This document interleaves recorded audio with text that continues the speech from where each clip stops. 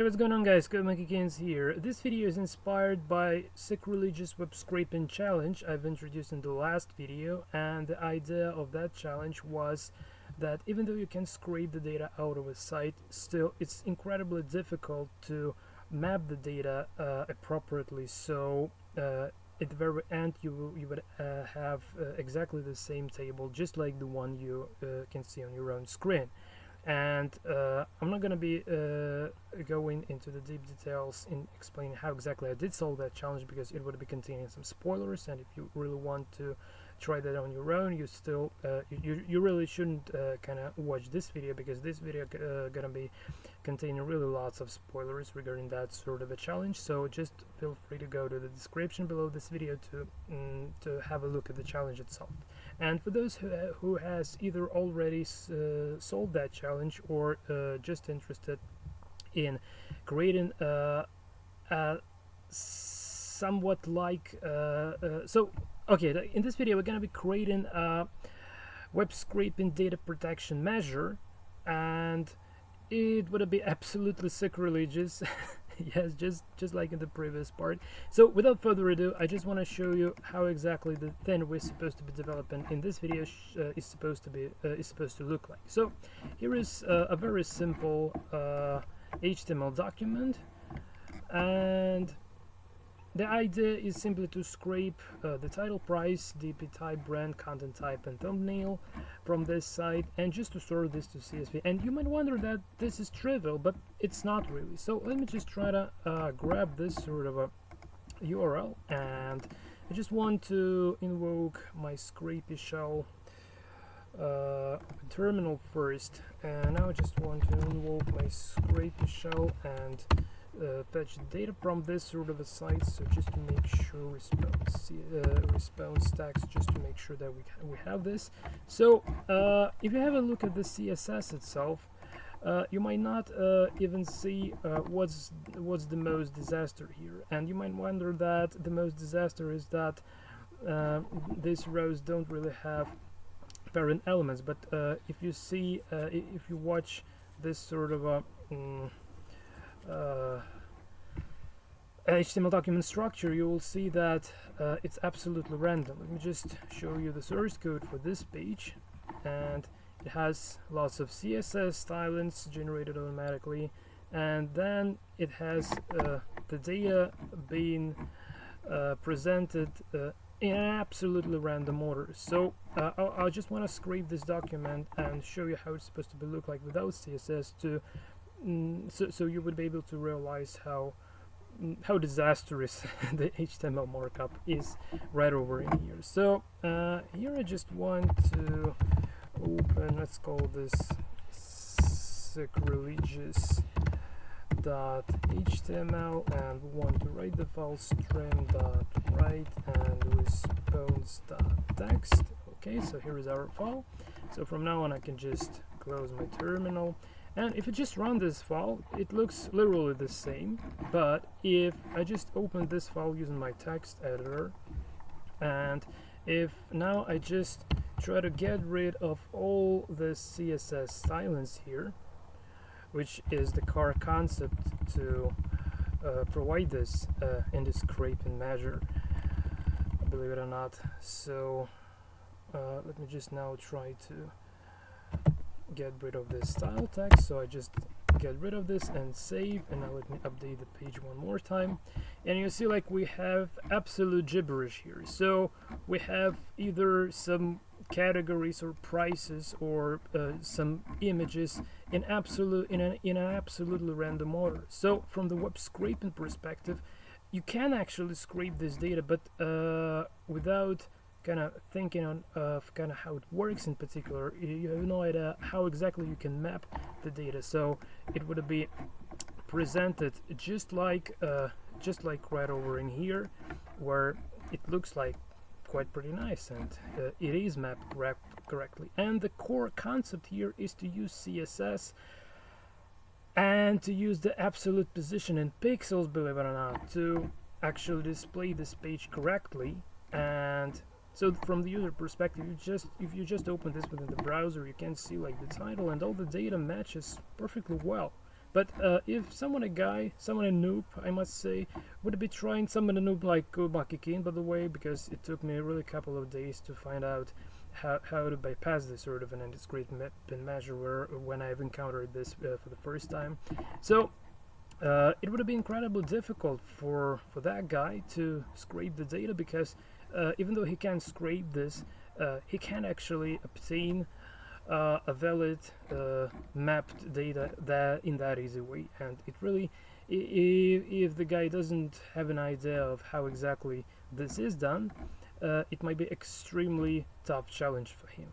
So this is kind of it. And in this video I would like to show you how easily, from the web development perspective, it is actually to create this sort of a trick on a target website. And I don't really claim this to be used as on a production, but even though the site I've faced the challenge within this one, yeah, you see, like, it's not really that different from what I've just developed. You see, like, it's almost kind of quite pretty the same. And the story regarding the absolute positions in CSS stylings in this site is absolutely the same. So I have no idea how exactly this is implemented on this site, because I don't see the source code for it. I mean not the front-end source code, but just the back-end source code that did dynamically generate all those classes and things like that.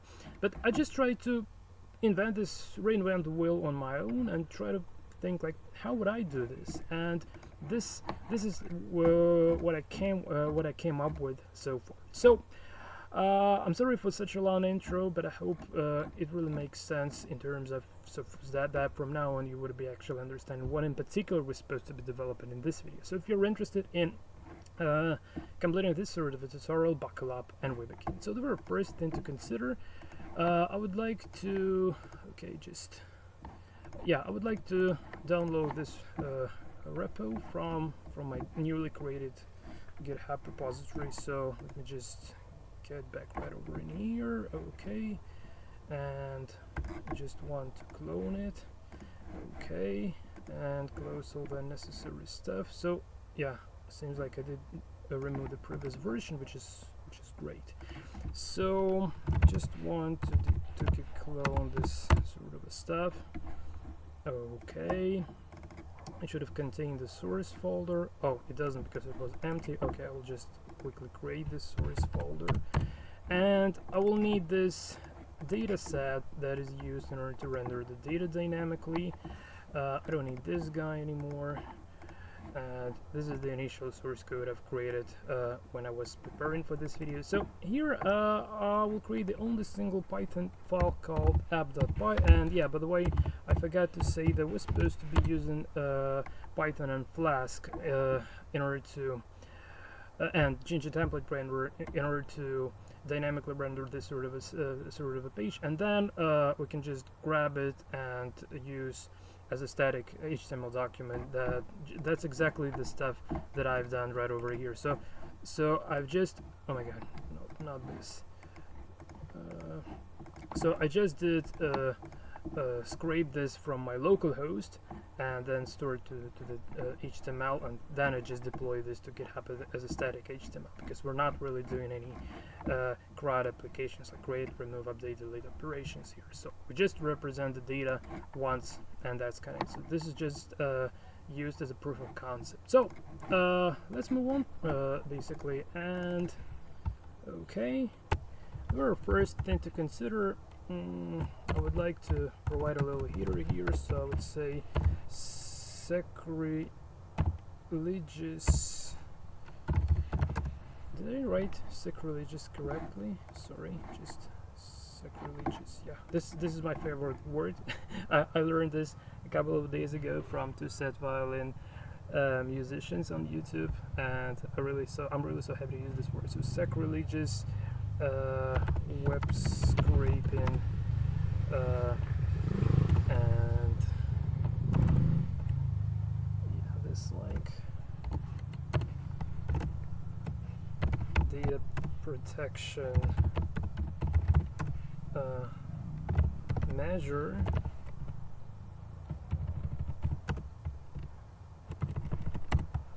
And my favorite one, create it on the knee. Okay, and then by, sorry, I should have done this before recording this video actually, but I just forgot that. Sorry for that, guys. But by code monkey king. Okay, yeah, so now you're able to see the entire process of creating a new awesome software. Okay, so the very first thing to consider, we need to import some packages, and here I would say from flask, let's import all, and also we need to import I don't remember, did I import JSON, but it's always useful to import one, and also I would like to import CSV here. Well, maybe I did forget to import something, then I would import this just right along the way. So first we need to create app instance. So let's create the app variable that would be equal to flask and name, this like, and then add a route, so we can say like app dot route, and just the root route, that's it. Def, let's call the callback function route, doesn't matter really how exactly we call this. And here we would be using what is known as render template string, and yeah, so here we're supposed to be providing our rendered template string. So let's create some HTML document. Okay, and head tag as well. So here I would like to provide a title, sacrilegious data protection. Let's keep it like this. Well, maybe how did I do this on the targets? I don't even remember already. Sacrilegious data protection. Yeah, let's make it like this. Okay, title, and then we're going for a body. Okay, body, and just try to grab what I done there. So here we will have well, you know, like, sorry guys, I just I really can't see this HTML with a 4-space indentation. Let's just try to make it 2 spaces as it kind of to the regards to the standards. So here we have this h1 tag and h1, and then this is gonna be a p tag enclosed within the strong tag, and strong and p tag, and also don't forget to say like line equals to center. I know this is weird way and nobody doing this, but it's not the CSS tutorial, it's Sacrilegious data protection tutorial instead. So save. Now the very last thing to consider now to make it work, actually, I just want to provide the main driver here, so I can say if name equals to main. In this case, we need to say app.run, and I want to set the debug mode equals to true, and enable the multi-threaded mode equals to true as well. It's not really essentially needed here. It's not essential, but still. Okay, and just so where am I? Where's my current working directory? Okay, here. So I just want to open the terminal here and just try to say python 3 app.python started server at this port number 5000, which is default to Flask. So well, I guess I don't really need this stuff anymore. and I just can go to my local host, and here we'll get this HTML template being rendered, which is quite pretty nice already. Okay, so from now on the very interesting part actually begins. So first let's actually load data from file. Obviously this might be loaded from database or whatever, and this is just a proof of concept. Don't forget this. So I say with open, and I'm opening this file called lulu.csv, which is the data scraped from the luluhypermarket.in website for one of my clients, and we want to read the file stream and as file. And okay, so let me just switch back to 4 spaces because it's Python here. So let's create our data here, and it would be equal to csv dot reader, and I'm taking this f file stream as an argument, and also to make it a variable, I need to say for item in this variable, just return the item here. And yeah, also by the way, return render template string should be at the same indentation level. And I just want to print my data first, just to make sure that we did actually. Okay, guys, I'm sorry. I hope, yeah, I've just updated this by Control R, which also stops my video recording here. Well, I really hope that actually the previous part was recorded successfully. Yeah, I really hope for that. Okay, just hold on a sec. Okay, thanks, Phil. It seems like I didn't yet ruin anything. So here we're supposed to see our data. Well, it's not really that readable at the moment, but it doesn't really matter that much. So we just did upload our data, which is quite pretty nice. And you know, like the version shown right over in here, where I've been demonstrating this sacrilegious data protection technique, I didn't actually shuffle the CSS stylings themselves, so that might be a little bit of a problem, because when you see the stylings, it's kind of easy to see that whatever item has this number of pixels being increased from time to time. So one of more obfuscations might have been. Так, а ну брысь отсюда, я сейчас хвосты кому поотрываю? Вот сволочь, а? I'm sorry guys, just hold on a sec. Sorry guys, just neighbors' cats trying to fight here in my backyard. Okay, so one of the obfuscation might have been just to shuffle this class definitions as well, just to make it unclear, like that actually this sort of pieces are sticking to the absolute coordinates in a particular order. Because if you just see this like just this like it might be an idea of using this might have come, and actually this idea came to my mind when I've been scraping the Sacrilegious web scraping tutorial, when I've been scraping that Sacrilegious site I've been talking about before. So yeah, we probably would shuffle this as well. But first, before during the debugging process, we're not really we would be doing everything within here within the render template. So let me just try to go back to my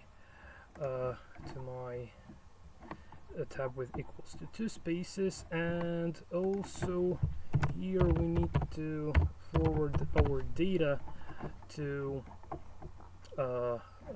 this sort of a document in order to use Jinja template render for dynamic to create this sort of to render the page dynamically. Basically, that's kind of it. So here I would like to create a div that would be wrapping all the content basically. So, and here within this div I need to loop over, so I say for I would be looping over the indexes,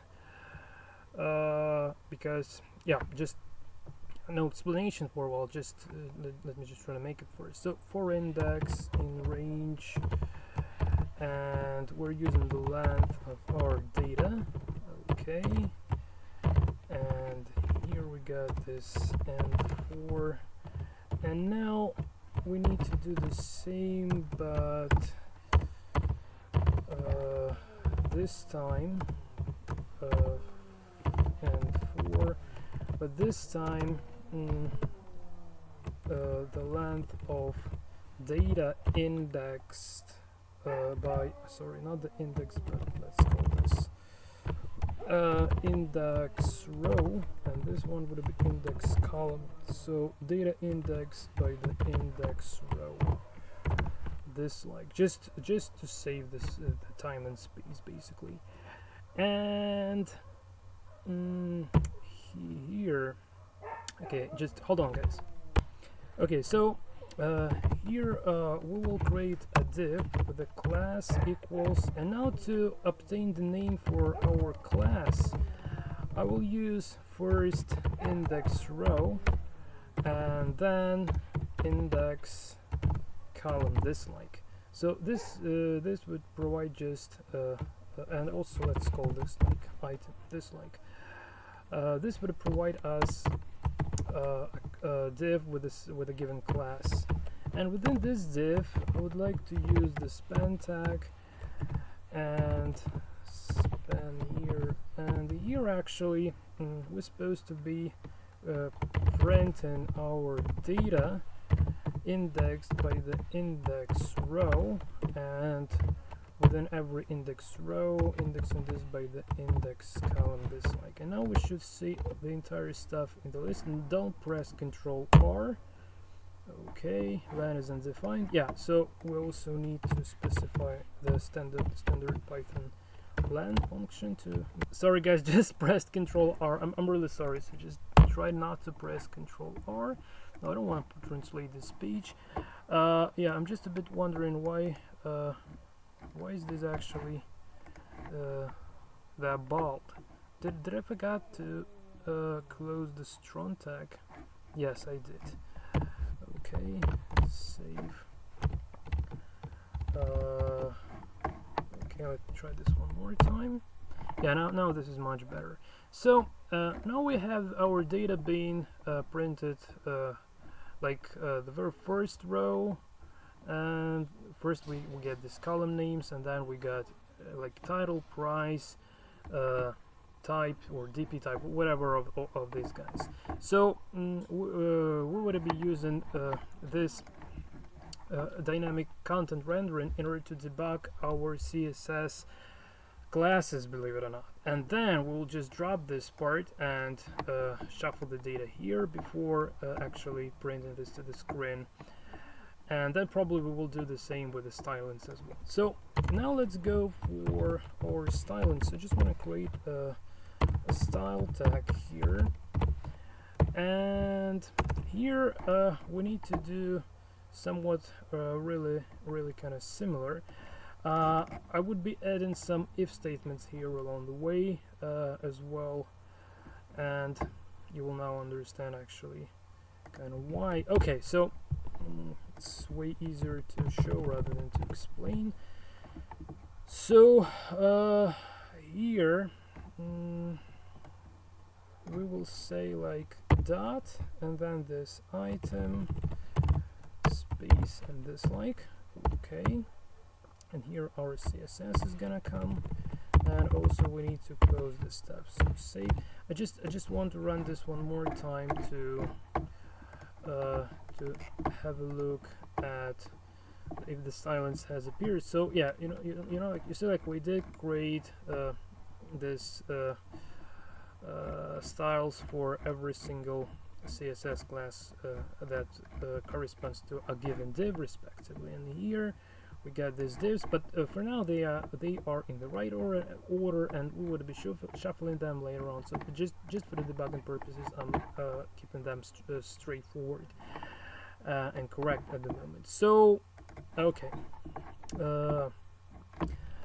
here we need to provide a bunch of parameter. So the very first, let's say position and absolute, and this would allow us to use the absolute position in pixels in order to actually provide the layout for this sort of data. So let's specify the top in pixels. So this double curly braces is the Ginger template renderer specific stuff, so we just can embed Python variables here. So I would like to say here we want to have the index row multiplied by it seems like I did use 150. I'm not sure, but I just want to try this. So save and try to update this stuff. Okay, it's slightly a bit malformed at the moment, but this would be solved quite pretty soon. Also, I want to say like plus some value. Do not press Control R. Okay, so just slightly better now. I don't know. Maybe I used not. Oh, I did use 50, but yeah, I also did use the fixed layout. Yeah, I don't even remember how I did this, believe it or not. So say like I'm doing this completely from scratch. Okay, and now let's provide the left position in pixels as well. So let's say index cal multiplied by, I'm not really sure, and is this gonna, I don't remember the values to be honest. Yeah, so this seems like pretty nice. And also I want say 50 pixels indentation here. No, it's not that, like it's definitely not 50. I don't remember the value to make it in almost in the center basically. Maybe I did use more than maybe I used this like save. I don't remember. Oh my god, I did press Control R again. I'm sorry guys, I'm really sorry. Yeah, this seems to be just exactly like on the target, like it was in the demonstration. Okay, so now the disaster goes right over in here, so we need to wrap the text to avoid this text overlapping. So let's try to provide that as well. Okay, I just forgot the CSS property. Just hold on, guys. Okay, so this property is called table layout, and let me just specify it at the very first place. So table layout. It's probably not the best ever way of doing things fixed, but I'm not really that great in CSS.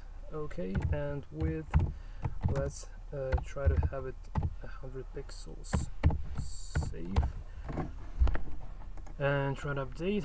Okay, it's better now. Well, we still have some overlappings. Okay guys, sorry, I've just been distracted by my wife asking me to do a little favor for her on housekeeping. So let's get back. I don't like this overlappings, and probably we need to increase. Let's try to make this top up to 100 pixels. Oh my god, Control R again. Oh my god. Yeah, that's the downside of this video recording program I'm using there. Okay, now it looks way better. Yeah, it looks way better. So there would be one more difference. So we would need to use these thumbnails, and actually I need to provide those because they would have a slightly different CSS stylings because of the image layout itself. Okay, so here I want to say like if and this sort of stuff copy. So if say if HTTP not in data index row index call, index by those guys. So if we're not dealing with image thumbnails, and if in this case we're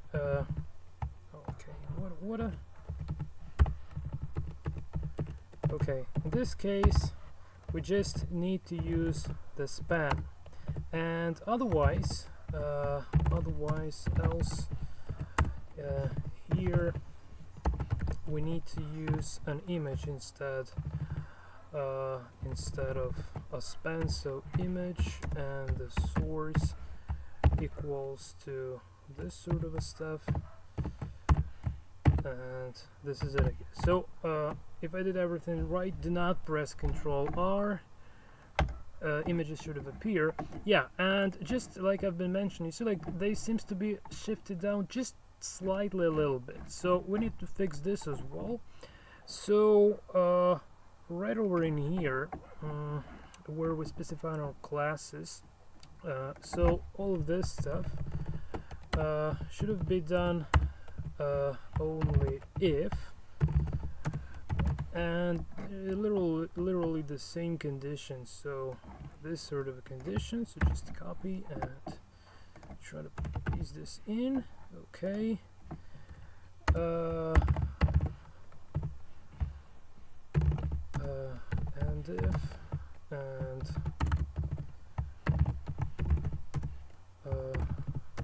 else, and here I'm using the same layout with the only difference that we need to add a slightly less, so let's try 19.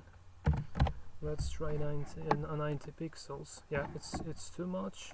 Okay, so maybe let's try 100 instead. Save.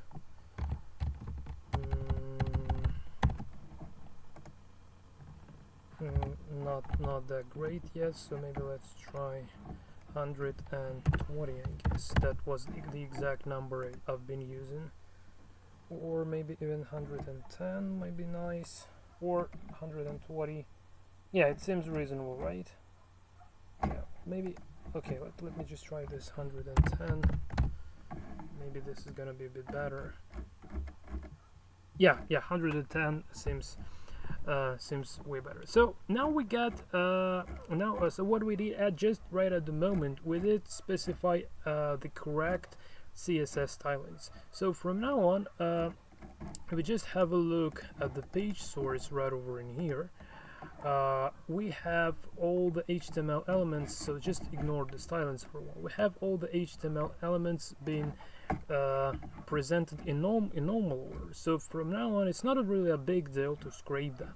So what we need to do next is actually we need to shuffle them. So the visible part of our website would from now on would remain exactly the same as it is just right now. So and basically these anti-scraping tricks are coming onto the stage from now on. So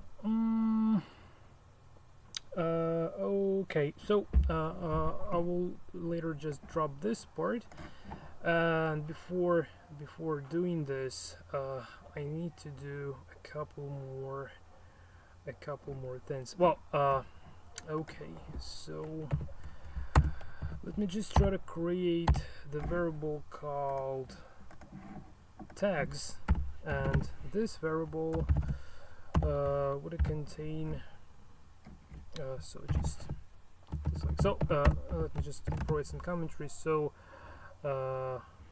output data, and this one would be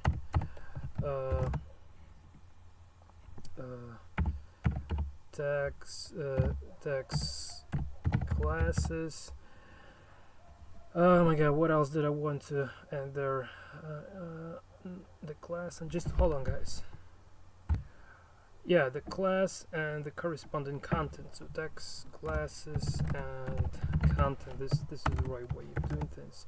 So now we loop over what did we loop over? Index rows, loop over data rows, and we say for index row in range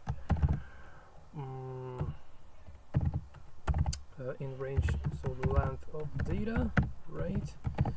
And then for index column, so here we'll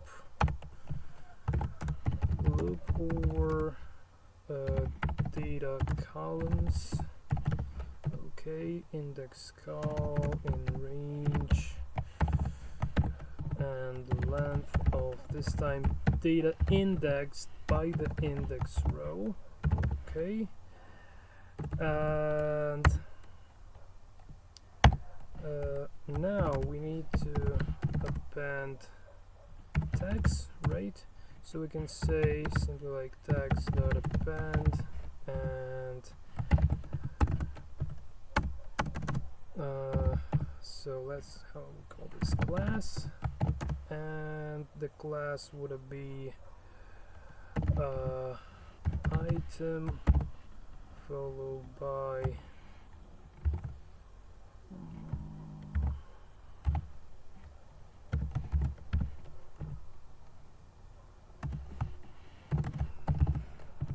and index. So how did I do this here? So index row, item, index row, index column. Okay, index row, index column. Okay, and now the content will be equal to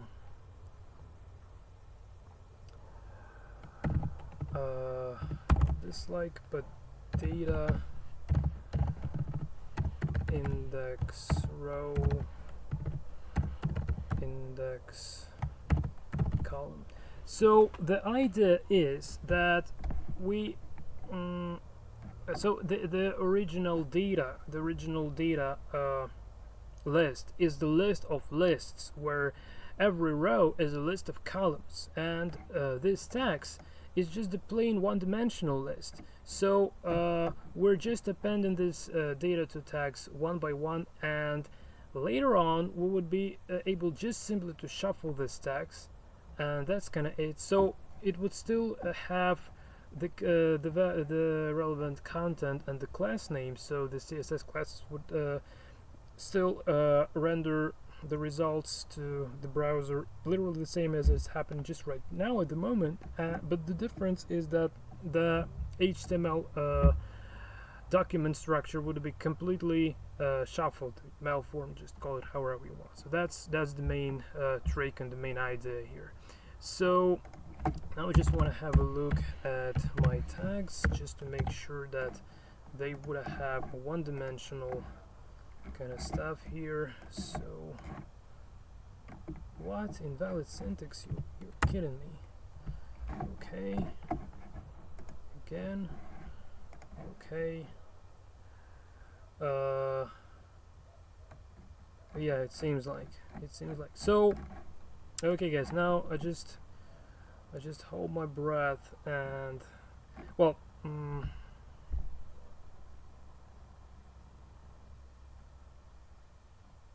hold on guys.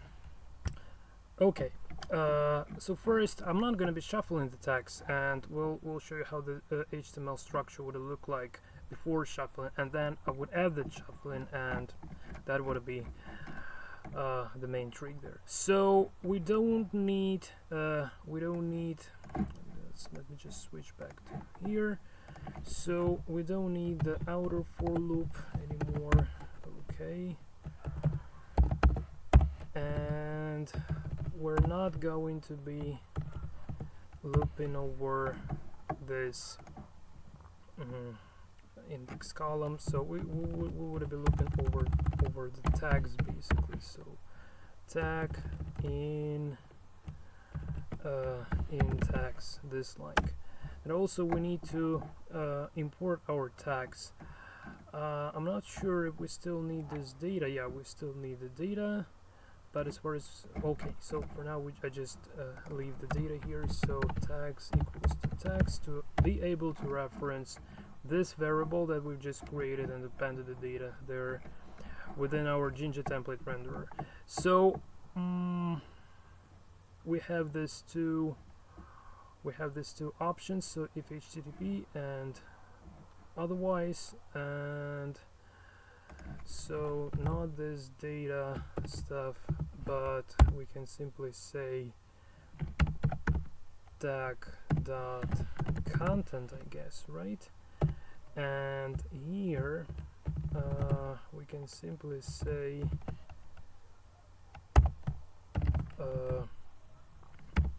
tag.class save, and here just change this to image again, image, and source equals to. So the rendered version of our site should remain absolutely the same. I don't update the page, so I just want to show you the source code at the moment. So the source code would be the same as well, probably. So here, so we start like title, price, and so we got the column names, and then we got all our stuff. Well, perfect. So now let's try to update this. Okay, list object has no element undefined. What's going on? Okay, guys, it just seems like I did ruin something here. So for tagging tags, yeah, this is wrong. So not in tags content. This should work. Okay, so we got the same output, and okay, something still goes wrong with our images for some reason. Else. Okay, guys, just hold on. I need to figure that out. Why this is happening? Okay, guys, seems I removed the bug, not the tags, but in tag.content, obviously. So save. Yeah, just a little typo. It should have appeared now. Okay, perfect. So you see, like, we got exactly the same output, and let's have a look at the source code. The source code should have still be the same at the moment. So let's have a look. Yeah, we got it the same. And now a little bit of a magic is gonna be involved here. So the next and the most kind of important part here, we need to shuffle HTML tags, and I just put this exclamation mark to give an idea that this is the very important part here. Not the shuffle, but shuffle. Okay, and we need simply to say, so yeah, that's the module I forgot to import. So we need to import a random module here, and we can simply use the standard functionality of random.shuffle and using our tags as the source list to shuffle, basically. Save. And now I want to update this again, and the rendered version is still the same, but if we have a look at our source code, then suddenly, if I did everything correctly, obviously, it should have give a randomized stuff here. So yeah, perfect. We start like grocery, then we go just for some prices, and then so absolutely malformed stuff, some images going on along the way. This is kind of it. So this is already kind of pretty interesting. So just to show you that the HTML is really malformed now and not easy to scrape, just like I did show you this in the very beginning of this video, but I'm not going to be scraping this. I can go for easier way. So I just want to get rid of this style tags here just for a while. So say Control X and save, and just try to update the page. And this is, guys, this is how it looks like without CSS styling. So you see, like, it's absolute bullshit, absolute gibberish. So we got like absolutely unstructured data being listed one by one with no idea of what kind of description regards to what kind of price, what kind of image, and things like that. So this is kind of it. But as I've been mentioning already kind of numerous times, we still have our items within stylings. Still we have them in an ordered way, and just to trick the developer who's supposed to be doing some web scraping on this site even more, we can shuffle these items as well, so they won't be ordered this like, but they would be just randomly implemented, so just to trick the developer completely. And I'm sorry for this sort of a delay on the camera. My computer is not really lagging, to be honest. It's just there is just a lack of light for the camera, and that's the reason why it behaves this like. So I'm really sorry for this, guys. Unfortunately, the sun is going down, and I can't do anything, and I can't go to my house because my wife is cooking there, and it's not an option for her to listen me talking in English, never in a never-ending manner. Okay, so. Let me just try to drop back this CSS classes. Okay, so we got this, and just what we did with our tags, we just need to do something similar with our CSS classes. And I didn't do this before. I didn't do this before preparing for this tutorial, so I just need to think a little bit of how exactly am I supposed to be doing this. So probably I can use still the dictionary, right? I can still use the dictionary. So yeah, let's try to create. So I can do this even right over in here. So let's say text classes and content.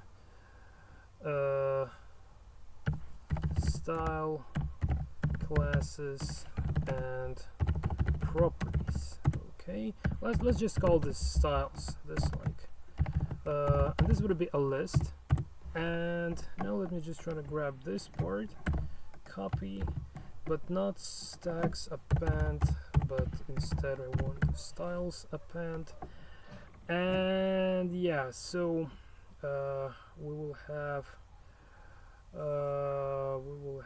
so we need only, yeah, we need only the what we need actually, yeah, only this value. So let's say okay, so this copy. So yeah, so class actually really remains the same, right? Yeah, the class remains the same. If just okay, just want to make sure that how the class looks like. Class equals to item 40. No, not the same. It should have been dot. It should have been like dot there. So copy.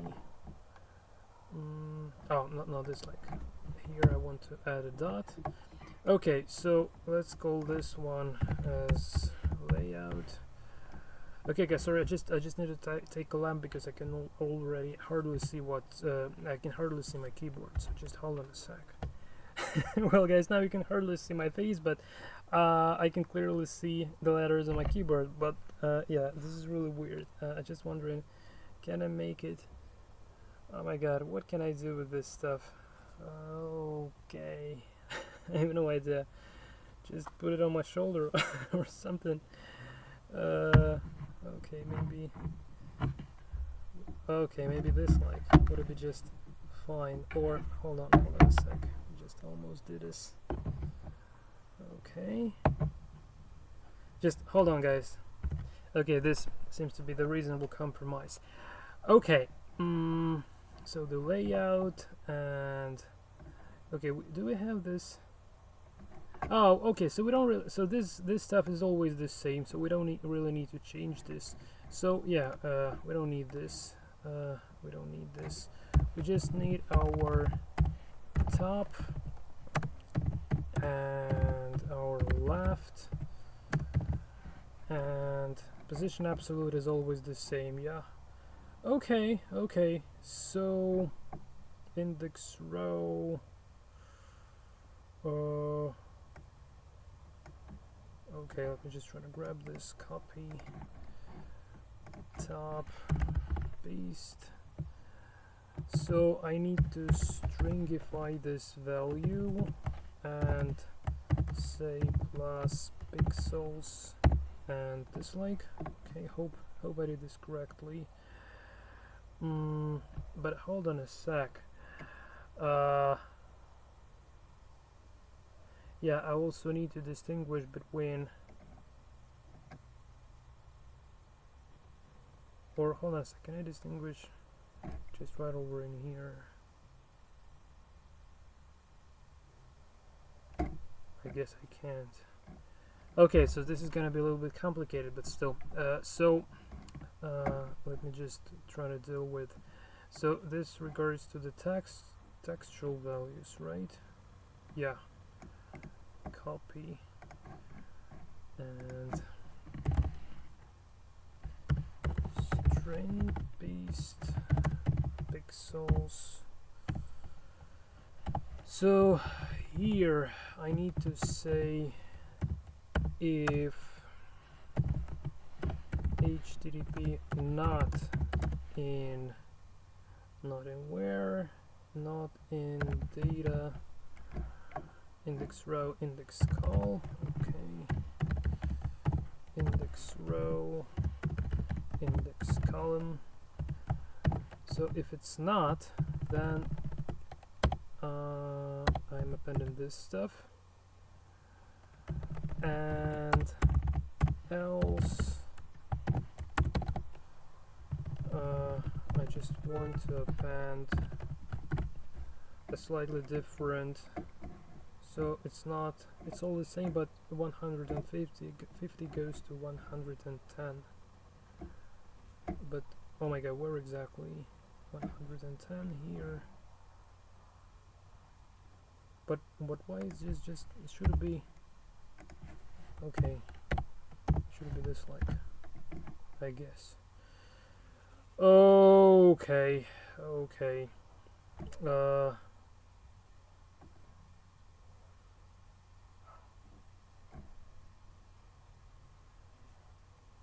Oh my god, what do I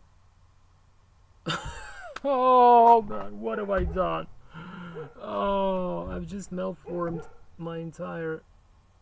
Okay, so I just want to just copy this, because I will still need this, paste somewhere, and I'll just try to go back,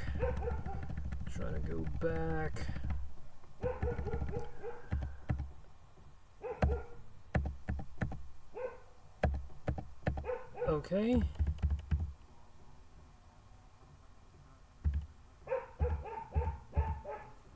Styles append. Okay, so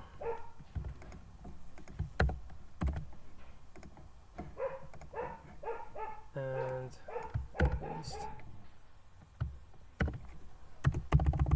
So first I just print the styles, okay. Okay, so, and then I would need to randomize them as well. So first I just, yeah, okay. Are you kidding me, man? So just need to, what?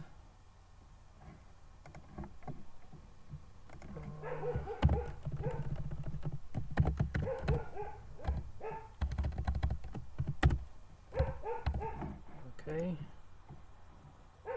Come on, man. Local variable tags reference before assignment.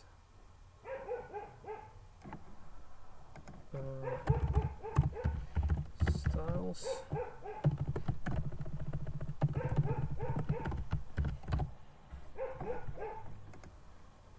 Okay, so I hope, yeah, so we do have our styles. So it's good. It's really good. And I guess from now on, so yeah, let's also pass styles equals to styles. And now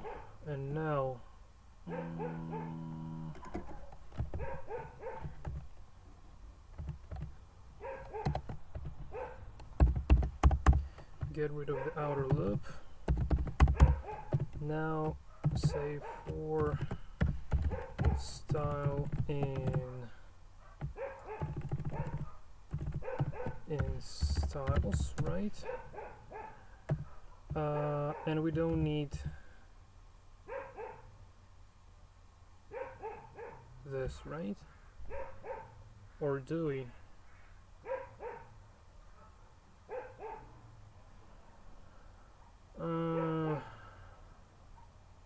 Yeah, I guess we don't need this. Oh my god, I have no idea if this is gonna work or not, because didn't really test this out yet. And if we don't need this, then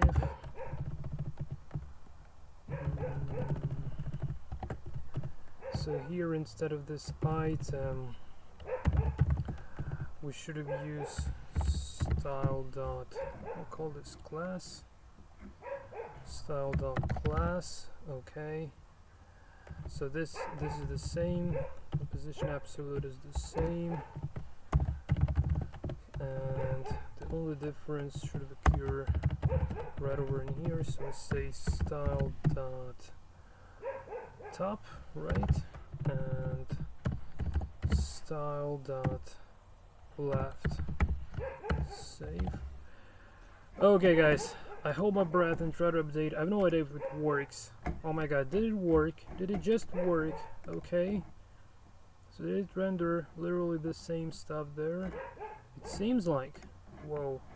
And if I did everything correctly, I'm not really that sure, but it seems like now we can shuffle them. So shuffle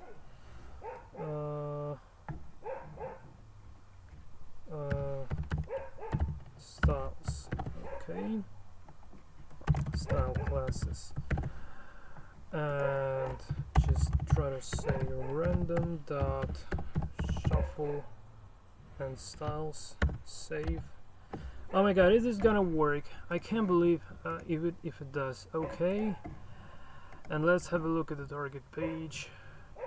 Yeah, this works, guys. It's absolutely awesome. This is fantastic. You see, like, we got our CSS classes being shuffled in absolutely random manner, just like we have those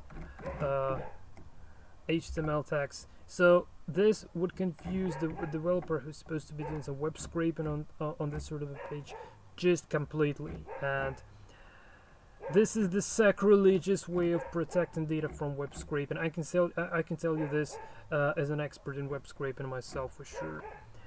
Okay guys, so yeah, this is really interesting. I don't know, probably, yeah, I know this video is going is lasting kind of too long already, but still, I'm so tempted to try actually to scrape this. So let's try scrape shell, just to make sure that we can't really extract the data that easily. Okay, and just hold on a sec. So I need to copy this stuff, copy. Okay, and fetch. Okay, now I just want to store this. Don't need this response anymore. Open sacrilegious .html. I want to write the file stream and write response.text. Enter. And again, leave my console. Okay, so this is the local copy. Okay, it looks perfect, but inside it should have been absolute disaster and gibberish content. Yeah. Okay, and just one last check here. So I just want to open this with my text editor and get rid of the stylings explicitly. Okay.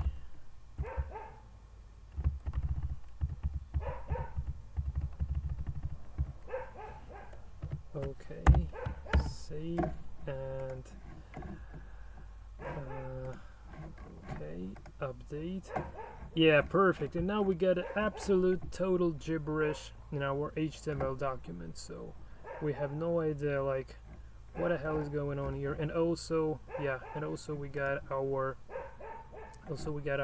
styles been shuffled completely as well. So like as a web scraping developer, what would you consider when you open the source code and see this, like what the hell is going on here, right? I would react that way, obviously.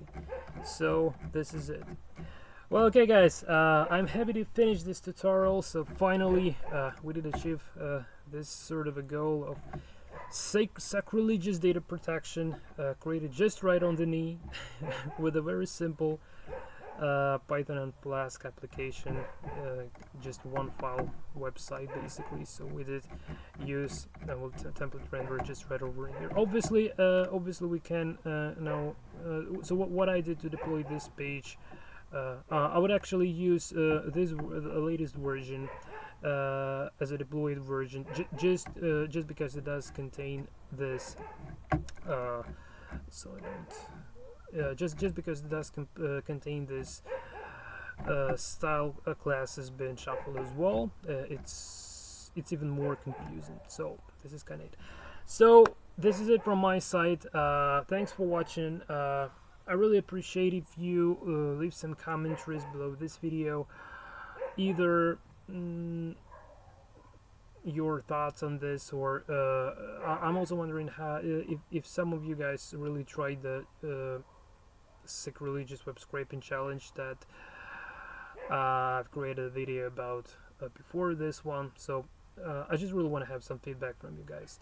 So I hope you've enjoyed I hope you've enjoyed this tutorial. I hope you learned something interesting out of it. So this is it from my side. Until the next time, and take care.